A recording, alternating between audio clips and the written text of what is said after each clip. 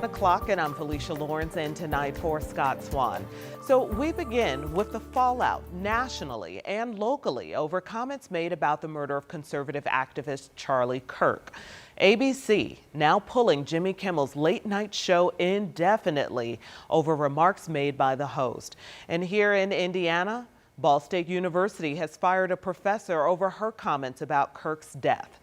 Our Alex Almanza joins us in studio tonight with how this case is raising new questions about free speech and its consequences. Well, seldom has a classroom comment echoed this far beyond campus walls.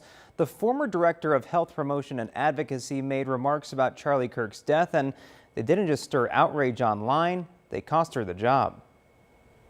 Ball State University has fired Suzanne Swierk, the director of health promotion and advocacy, after her social media post about Charlie Kirk's death drew outrage. She wrote, quote, "If you think Charlie Kirk was a wonderful person, we can't be friends," calling his death, quote, "a tragedy for his family, but also, quote, a reflection of the violence, fear, and hatred he sowed." By Wednesday, the university confirmed her termination, citing Hedgepeth versus Britain, a federal ruling that allows schools to discipline employees when their speech disrupts operations or undermines trust.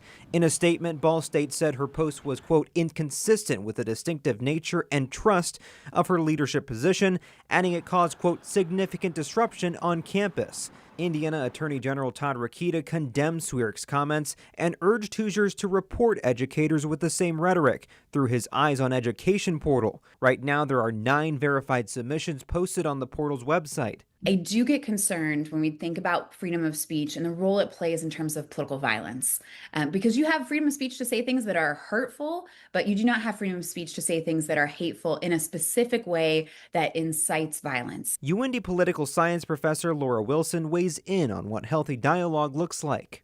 There's going to be people you disagree with strongly, in fact, but that should never lead to action that can be hateful and in terms of political violence. I feel like we would do best as a democracy to have open dialogue. Now, we've reached out to Swierk multiple times. She's not responded to requests for comment. Ball State says a second employee's post is also under review. Felicia? All right, Alex reporting in the news live in the studio, excuse me. Thank you. And tonight, Governor Mike Braun is echoing recent comments made by Indiana's Attorney General that Alex mentioned. Governor Braun weighed in on social media, and he says we hold teachers to a higher standard, and a few are not living up to that standard. Braun went on to say that we must protect the First Amendment, but goes on, and the Secretary of Education has the authority to suspend or revoke a license for misconduct, and the office will review reported statements of K through 12 teachers and administrators who have made statements to celebrate or incite political violence. But it's not just educators. Late night host Jimmy Kimmel addressed Kirk's murder in his monologue Monday, and those remarks sparked backlash from the FCC. The chairman threatened to take action against ABC and its owner Disney. Today, Nexstar, one of the country's largest TV station owners, announced it would preempt Jimmy Kimmel Live for the foreseeable future over the company's objections to Kimmel's remarks. Then, ABC announced that it plans to pull the show.